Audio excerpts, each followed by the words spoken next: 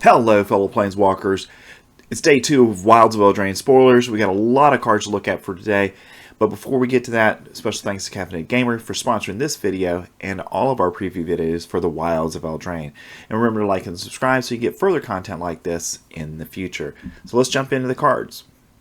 So our first card for the day is Spellbook Vendor for 1 and a white mana. You get a Human Peasant that's a 2/2 with Vigilance. And at the beginning of combat on your turn, you may pay 1, and when you do, create a Sorcerer Roll token attached to target creature you control. So I think this is a nice ability, 2 mana for a 2/2, and then an ability that you can use mana with throughout the course of the game to add value. So I like the card. Whether it fits into the human deck right now, I'm not 100% sure, but I think it's got some standard playability. Next, we have Virtue of Loyalty for 3 and 2 white mana. You get an enchantment, and at the beginning of your end step, put a +1/+1 counter on each creature you control. Untap those creatures. So, powerful ability, but 5 mana is a long way to go to get there.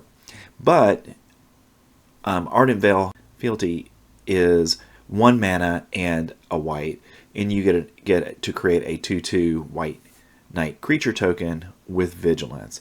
And this is at instant speed, so you can play it on your opponent's turn, create the Knight, maybe block something that your opponent wasn't expecting you to be able to block, and then later cast the Virtue of Loyalty from being on adventure and have it in the game as a kind of top-end card for your deck. So somewhat playable in standard, but we'll see if it really sees much play at all.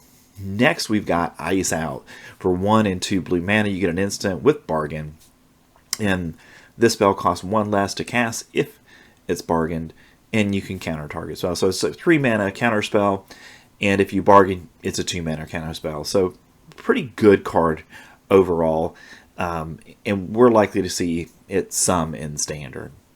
Johan's Stopgap for 3 and a blue mana. We get a sorcery with Bargain. This spell costs 2 less to cast if it's bargained. So you bargain it, it's a 2 mana spell. Return target non-land permanent to its owner's hand and then draw a card. So for 1 mana you're returning something and then you get to draw a card for 1 mana. So that's a pretty decent value, but it's at sorcery speed. So that's the downside of the card. Probably not standard playable, but it has some possibilities. Next we've got Farsight Ritual for 2 and 2 blue mana, an instant with Bargain, and look at the top 4 cards of your library. If the spell was bargained, look at the top 8 cards of your library instead. Put 2 of them into your hand and the rest on the bottom of your library in a random order. So Farsight Ritual is a nice draw card for the cost, and it's really a Memory Deluge type spell where if you cast it and without a bargain, then you're looking at 4 cards, you get to take 2 of them. If you bargain, then you can look at 8, so it's kind of have that secondary effect of Memory Deluge where you can dig deeper, but the fact that you only cast it once and Memory Deluge you can cast twice leads me to believe that Memory Deluge is probably going to be our draw card that stays the primary draw card in blue control decks, but down the road this probably will see it as Memory Deluge's replacement. Next, we've got The End. For 2 and 2 black mana, you get an instant, and this spell costs 2 less to cast if your life total is 5 or less. You get to exile target creature or planeswalker and search its controller's graveyard, hand, and library for any number of cards with the same name as that permanent and exile them. That player shuffles and draws a card for each card exiled from their hand this way. So it's a really interesting card because really what you're doing with this is for 2 or 4 mana, you're taking a creature or a planeswalker and all the copies of that out of your opponent's deck. So I think this is standard playable, especially in a deck where you're going to be probably losing some life, your opponent can do a little bit of damage to you, and you're down low where you're getting close to 5 life total, and then you take something out and then you get a real big benefit. But I think even at 4 mana, going ahead and exiling a card and then exiling all the other copies of it is a really good ability. So I think definitely standard playable. We'll have to figure out what deck it finds its way into. Lord Skitter's Blessing for 1 and a black mana, we get an enchantment, and when Lord Skitter's Blessing enters the battlefield, create a Wicked Roll token attached to a target creature you control. The enchanted creature gets +1/+1. When this aura is put into a graveyard, each opponent loses 1 life. And at the beginning of your draw step, if you control an enchanted creature, you lose 1 life and draw a card. So this is, Phyrexian Arena type effect, but for 1 less mana, but you do have that requirement of having a creature that is enchanted to activate that ability. But it's something you could play on turn 2. Hopefully you played a card on turn 1, it's enchanted now, and then you get some long-term benefit from that card. So I think it has some standard playability because black does like card draw. Next we have Lord Skitter's Butcher for 2 and a black mana, keeping with our rat theme here. You get a rat peasant that's a 2/3, and when Lord Skitter's Butcher enters the battlefield, you get to choose one. You get to create a 1/1 black rat creature token with this creature cannot block. You may sacrifice another creature. If you do, scry 2, then draw a card. And creatures you control gain menace until end of turn. I like the flexibility of the card. If you need a body on the field, you can create one. If you've got excess bodies on the field, you need to draw a card, you can do that. Or if you just want to give your whole team menace and hopefully attack in to get that last bit of damage through to win the game, you've got that option too. So I think it's a flexible card, and certainly we've gotten a lot of rat so far, so I think there's potentially a rat deck that's going to form, at least in limited play, and possibly has a little bit of constructed playability. Next, we've got Rat Out for a black mana. You get an instant, and up to 1 target creature gets -1/-1 until end of turn. So hopefully that can either kill that creature and or reduce its power and toughness so that it doesn't kill your creature and you kill their creature in a blocking situation. And you get to create a 1/1 black rat creature token with this creature cannot block in addition to that. So for 1 mana, you potentially can kill a creature and create a creature for yourself. So it's pretty good value. So I think this has some playability in Standard. Next we have Spectre of Mortality. For 3 and 2 black mana, you get a Spectre that's a 3/3 with flying. And when Spectre of Mortality enters the battlefield, you may exile 1 or more creature cards from your graveyard. When you do, each other creature gets -X/-X until end of turn, where X is the number of cards exiled this way. So what this has attached to it is potentially a board wipe situation where you cast this and maybe you cast it post-combat and your opponent's creatures have taken some damage, your creatures have taken some damage as well, and you're willing to sacrifice your creatures to kill their creatures, and you can go ahead and do this for -2 or -3 or maybe more if needed, and you'll have Spectre of Mortality left afterwards. Now, is it standard playable? Maybe, because it's a lot of hoops to jump through to get to a point where you know for sure you're going to have stuff in your graveyard. And black has so many good 2, 3, and 4 drops that a 5 drop's really hard to put in the deck right now. Next, we have Warehouse Tabby. For a black mana, you get a cat that's a 1/1, and whatever enchantment you control is put into a graveyard from the battlefield, create a 1/1 black rat creature token with this creature cannot block. We're following that theme of we're casting a card and we get to create black rat tokens. Now, it also has, you can pay 2 mana, 1 and a black, and Warehouse Tabby gains Death Touch until the end of the turn. So I think that's an important ability, because basically that can kill any creature that your opponent has in a blocking situation, because you're probably not going to be attacking with it, and maybe you would be attacking with the hope of them blocking with something and then you get to kill something. But we'll have to see how playable it is. Again, I think this is really about the rat deck more than it is about anything else. If this is good and we get enchantments that we're attaching to our rats, I think there's some playability there, but otherwise it's probably nothing more than a limited card.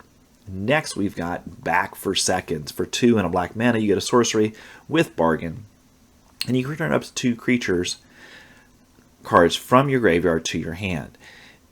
If this spell was Bargain, you may put one of those cards with mana value 4 or less onto the battlefield instead of putting it into your hand.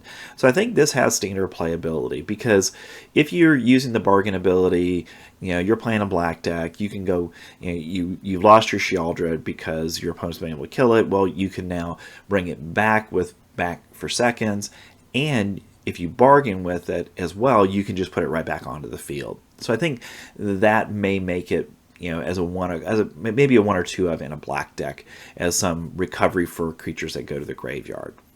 Next, we have Callous Sellsword.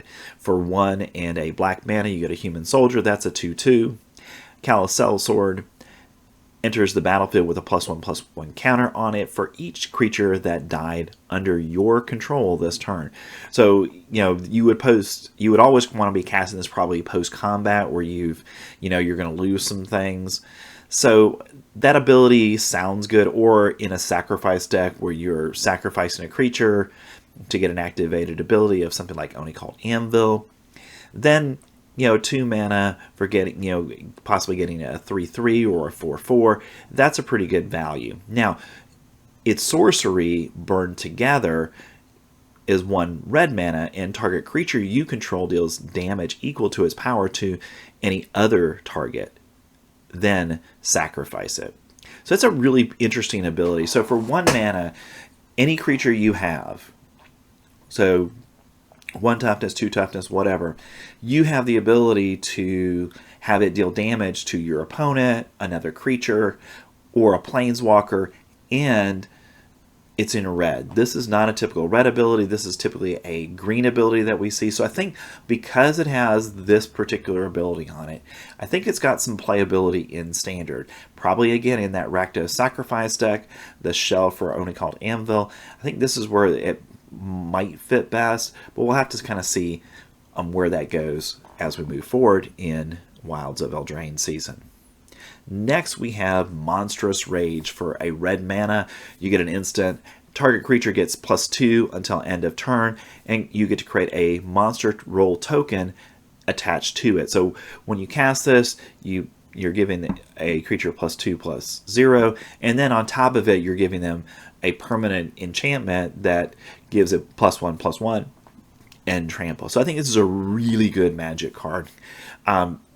Izzet Spells has been kind of a fringe deck in standard, but I think this, along with some of the other cards that we have that are 1 or 2 mana that bump up our prowess creatures, like, for example, Monastery Swiftspear, I think this fits really well with that.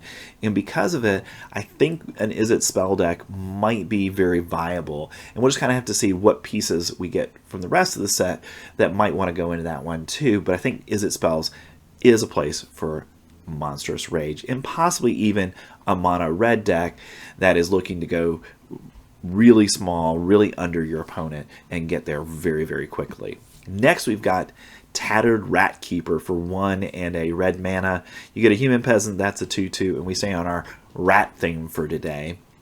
And when a rat you control becomes blocked, it gets +2/+0 until end of turn. So if you've got Tattered Rat Keeper on the battlefield, basically all your rats become 3/1s when they're blocked. So I think that's a really great ability to give those 1/1s. So now they can trade with bigger creatures, and I think that's a great ability to have if we do indeed have a dedicated rat deck. And based on the cards we've gotten so far, I think that deck is going to be a red and black deck, so we're going to see Rakdos Rats potentially in standard. Next, we've got Scalding Viper. For 1 and a red mana, you get an elemental snake that is a 2/1, and when an opponent casts a spell with mana value 3 or less, Scalding Viper deals 1 damage to that player. I really like this aspect of the card because it's a one-directional loss of life. Your opponent, when they cast a spell that's 3 mana or less, they lose a life to Scalding Viper's ability. Normally, when we see these kind of abilities, like Eidolon the Great Revel, it's both sides that take the damage from that. But in this case, it's only your opponent. And this, again, might be a card that fits well into the Izzet Spells deck. It also has a sorcery attached to it, Steam Clean, for 1 and a blue mana. You get a sorcery, and you get to return target non-land permanent to its owner's hand. So again, with most of the adventure cards we're going to see, the adventure side of it's going to be a little bit overcosted, but that's okay because you're getting the benefit of that ability, and every card is basically 2 cards in one, and that makes them very, very playable in Standard. Next, we've got Stone Splitter Bolt for X and a red mana. You get an instant with Bargain, and when Stone Splitter Bolt deals X damage to target creature or planeswalker, so whatever you're putting into it, that's going to be the damage you put towards that creature or planeswalker. And if this spell was Bargain, it deals twice X damage to that permanent instead. So I think this is definitely a sideboard card in red decks because it can take out pretty large creatures if you can bargain with its ability. And, you know, putting 3 mana into this and you're doing 4 damage to something, put in 3 mana at 3 for the X value, you're doing 6 damage to something if you can bargain. I think that's good enough in Standard right now to be playable. Next, we have Ratcatcher Trainee for 1 and a red mana. We get a Human Peasant, that's a 2/1, and as long as it's your turn, Ratcatcher Trainee has first strike. So a nice ability, so give it some attack advantage with the first strike ability there. And you also get Pest Problem for 2 and a red mana. You get an instant for your adventure, and it creates 2 1/1 black rat creature tokens with this creature cannot block. So another one of the cards in the Rakdos colors that creates rats, and I think because of that, this is probably a card that might find its way into that deck. Again, it's another card that's a 2-for-1, and the adventure cards from the Throne of Eldraine played a big role in the Standard that they were in for that 2-year period, and I expect these adventure cards to have the same effect. Next, we've got Realm Scorcher Hellkite for 4 and 2 red mana. We get a dragon with Bargain. It has flying and haste and is a 4/6. When Realm Scorcher Hellkite enters the battlefield, if it was Bargain, add 4 mana in any combination of colors. And you can spend 2 mana for Realm Scorcher Hellkite to deal 1 damage to any target. So if you can bargain, you know, it in essence becomes, if you don't have any other use for that mana, you can always pump it into Realm Scorcher Hellkite to do 2 damage to something. I think that's a good ability. Now, is this as good as Goldspan Dragon? Probably not, because you're not getting quite as much for it. But that ability to ramp late in the game when you're casting this, I think is a really powerful ability in red. So I think there's some playability for this in Standard. Next, we're getting into some of our green creatures for the day and green sorceries. So let's start with Beanstalk Worm. For 4 and a green mana, you get a plant worm with reach. It's a 5/4. The nice thing about this card, you know, it will trade with Sheoldred. And that's always going to be something to consider when we're looking at new cards. Its sorcery for its adventure is Plant Beans. For 1 and a green mana, you may play an additional land this turn. So I think definitely this is a very good card in Limited. Not sure how much Standard playability, though, it has. Next, we've got Return from the Wilds. For 2 and a green mana, you get a sorcery where you get to choose 2. First, you can search your library for a basic land card, put it onto the battlefield, tap, then shuffle. Or you can create a 1/1 white human creature token, or you can create a food token. So I think these are nice abilities. Again, very much a limited card. Not sure if it really has what it takes to make it in Standard. Next, we have Root Rider Fawn. It's a 1/3 Satyr Scout, and it can tap to add 1 green mana. And you can pay 1 mana and then tap it to add 1 mana of any color. So in Limited, I think it's a good card because you always like mana ramp in Limited, but probably not Standard playable because we've got other mana dorks, in essence, that do better things than this one does at this point. Next, we have Sky Beast Tracker. For 3 and a green mana, you get a giant archer. He's 2/4 with reach, and whenever you cast a spell with mana value 5 or greater, you get to create a food token. So again, I see this as really a limited card because, again, in Standard, green isn't popular as it is, and this card isn't really pushing the needle to make it any better. Next, we've got Blossoming Tortoise for 2 and 2 green mana. You get a turtle that's a 3/3, and whenever Blossoming Tortoise enters the battlefield or attacks, mill 3 cards, then return a land card from your graveyard to the battlefield tapped. So Blossoming Tortoise, when it comes into play, it's going to ramp you, hopefully, because you hopefully will have a land in the graveyard that you can then go ahead and put onto the field and ramp for that particular turn. Now, activated abilities of lands you control cost 1 less to activate. So all of our creature lands from this set, and also those that are already in Standard, will cost 1 less mana to activate. So I think that's a really powerful ability on this particular card. Mishra's Foundry is one of the cards that we're seeing a lot of play already.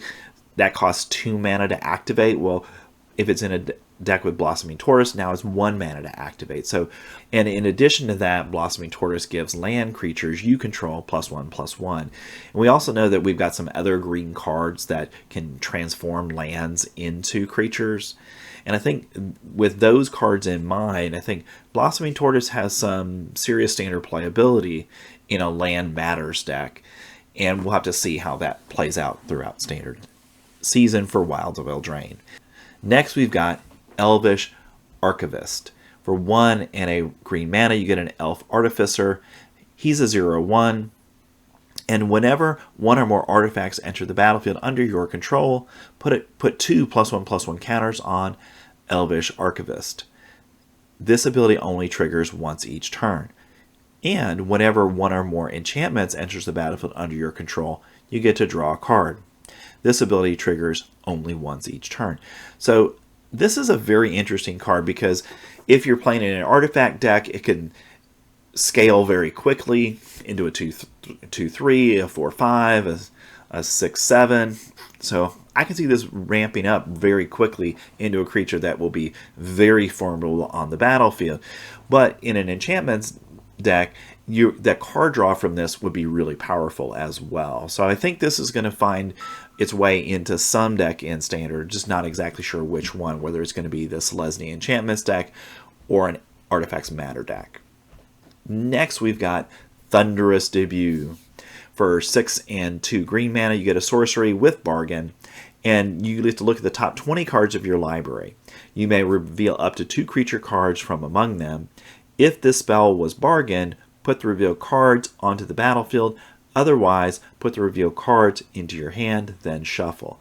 So very, very powerful ability. Basically, you look at 20 cards, you get to choose the best 2 creatures you've got from those 20, and they go right on the field if you've bargained it. So I think if you can consistently bargain Thunderous Debut, having a couple copies in your deck as a top end is really good, particularly if they're things that have activated abilities or abilities when they enter the battlefield. So those enter the battlefield triggers, I think, are great thing when you're playing Thunderous Debut. You go get a Titan of Industry, you go any number of things that would really, really help your situation with this card. So I think it's Standard playable, but again, do we have a green deck that it goes into? And that's the problem right now with green cards. Next, we have Huntsman's Redemption. For 2 and a green mana, you get a Saga. On Chapter 1, you create a 3/3 green beast creature token. So right there, 3 mana, you get a 3/3. So that's equal value for the card. Then on Chapter 2, you may sacrifice a creature. If you do, search your library for a creature or a basic land card, reveal it, put it in your hand, then shuffle. So what this also now is a tutor effect in green where you can just go search your library for any creature that you might want for this particular matchup. And then on Chapter 3, up to 2 target creatures each get +2/+2 and gain trample until end of turn, which could be an effect that would potentially be game ending with this card. So I think it's got Standard playability. Again, we just got to find the right deck to put it into. Next, we've got Troublemaker Ophe. For 1 and a green mana, you get an Ophe who's 2/2 with Bargain. And when Troublemaker Ophe enters the battlefield, If it was bargained, exile target artifact or enchantment an opponent controls. So I think this card actually has standard playability as long as you have stuff that you can bargain away, and then it can take out artifacts and enchantments. And we do have a lot of, obviously in this set, there's going to be a lot of enchantments as part of it. Plus we already have enchantments like Wedding Announcement that are troublesome in standard. So this looks like a card that could be very effective in dealing with those kind of cards. Again, the limitation though is you have to have something to bargain. We already have a couple of cards that do the same thing for 2 and 3 mana, but only having to sacrifice a token or artifact or enchantment that you have might just be worth it to put this in your deck in their place. So you're using, you get to keep the creature at the end, and you're just using one of those tokens to go ahead and get the bargain ability activated. Next we have Agatha's Soul Cauldron. For 2 mana, you get a legendary artifact, and you may spend mana as though it were mana of any color to activate abilities of creatures you control. Creatures you control with +1/+1 counters on them have all activated abilities of all creatures cards exiled with Agatha's Soul Cauldron. So any cards if you're playing a deck that is really activated abilities matter, and you exile a card from your graveyard with an activated ability, then all of your creatures that are in play with a +1/+1 counter would get those activated abilities. So I think that makes this interesting for standard, because we do have a lot of cards that have activated abilities. And because of that, I think Agatha's Soul Cauldron could see standard play. Now, is this a 4 of in a deck? Probably not, but I could see a couple of copies of it in the right deck to really go ahead and take advantage of those activated abilities. And Agatha's Soul Cauldron also, you can tap it and exile target card from a graveyard, and when a creature card is exiled this way, you get to put a +1/+1 counter on target creature you control. So Agatha actually puts a +1 counter on creatures you've got in play, so that's a great ability to have, because you're looking for things with activated abilities in your graveyard or your opponent's graveyard. You exile that card, and then you're putting that +1/+1 counter on to one of your creatures so they have access to that particular ability. And we have things like card draw on a bunch of different cards in standard. So I think this is a card that will see some standard play, but again, it's got to have the right deck for that. Our last card of the day is Edgewall Inn. It's a land that's one of the unique lands from the set. In Edgewall Inn, we had Edgewall Innkeeper in Throne of Eldraine, so this is kind of reminiscent of that card. So when Edgewall Inn enters the battlefield, it comes into battle to play tap, so that's a negative for it, but you get to choose a color for it when it enters play. So you do have that ability to select a color of your choice, which I think is a okay ability in standard when you've got a multicolor deck and you need to make sure you have a particular color in your deck to play the cards you've got. So you can tap it obviously for that one mana of the chosen time, but also it works well with adventures, because for 3 mana you can sacrifice Edgewall Inn, return target card that has an adventure from your graveyard to your hand. So you play one of your cards with an adventure, you play the adventure, you play the creature, your opponent kills the creature, and it's in your graveyard. Now you can sacrifice Edgewall Inn and go get that card back. So I think that's an interesting ability to have on a land in standard. So, because that's not something typically we see on a land, the ability to go get a card out of your graveyard and put it back in your hand. All right, those are the Wild of Eldraine spoilers for day 2. Hope you enjoyed the video. Remember to like and subscribe, and I will see you tomorrow with day 3 of Wild of Eldraine spoilers.